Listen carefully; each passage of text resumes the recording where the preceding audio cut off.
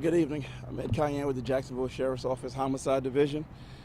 At approximately 2:11 p.m. today, JSO patrol officers, while in the parking lot at 5011 Gate Parkway typing a report, heard multiple gunshots coming from the area at 5101 Gate Parkway. Those officers immediately responded to the area and observed a male and a female lying in the grass suffering from gunshot wounds. The officers rendered aid while awaiting for fire rescue personnel. Upon the arrival of fire rescue personnel, both individuals were transported to a local hospital. While at the hospital, the female victim succumbed to her injuries and was pronounced deceased by medical personnel. The crime scene was secured and the homicide unit was notified of this incident. At this time, we have our JSO homicide detectives, our crime scene investigators, along with our partners at the State Attorney's Office on scene conducting our initial investigation. At this early stage, we're trying to identify both individuals as to what occurred today in this parking lot. Detectives are talking with individuals who were working at the nearby area to determine if there are actually witnesses of the incident. We strongly encourage anyone with information regarding this matter that can help to please call the Jacksonville Sheriff's Office non-emergency number at 904-630-0500. They can reach out to us at Crime Stoppers at 1-866-845-TIPS.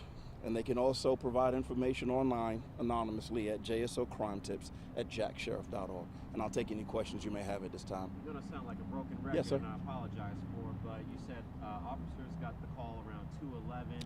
Were they already here? No, officers were in the parking lot typing reports. And what happened was they heard multiple gunshots coming from the adjacent parking lot. They immediately put their vehicles in drive and got over to the area where they heard the gunshots coming from and identified or observed the two unidentified individuals laying in the grass suffering from gunshot wounds. Did the man shoot the woman? At this time, we don't know exactly what happened. We do know that both individuals suffered gunshot wounds, and we do know at this time at least the female victim was pronounced deceased at the hospital. And was the officers writing reports about a separate incident? About a different incident, okay. Yes, sir. Can you tell us the relationship between the shooter At this time, we have not positively identified these individuals, so we don't know the relationship. All we can tell you is that witnesses saw them in the parking lot earlier having a conversation, heard gunfire, and that's when the police officers responded and saw what they observed. Do we know the ages of the victims? We have not even identified these individuals yet, so we couldn't tell you that. Question I have for you. Yes, About sir. 5 minutes ago, I saw a lady get put in the back of a squad car. Does she have anything to do with this? These are potential witnesses that we're just taking downtown to figure out exactly what information they can provide us. Doesn't mean that that they're being arrested or anything like that. But there's times when we can interview individuals on scene, and then there's times when we believe that we need to take them downtown to discuss the incident. Do you know where Have they you were guys coming found from? the weapon involved? There was a weapon recovered at the scene. Yes. Just one. Yes. A gun? Yes.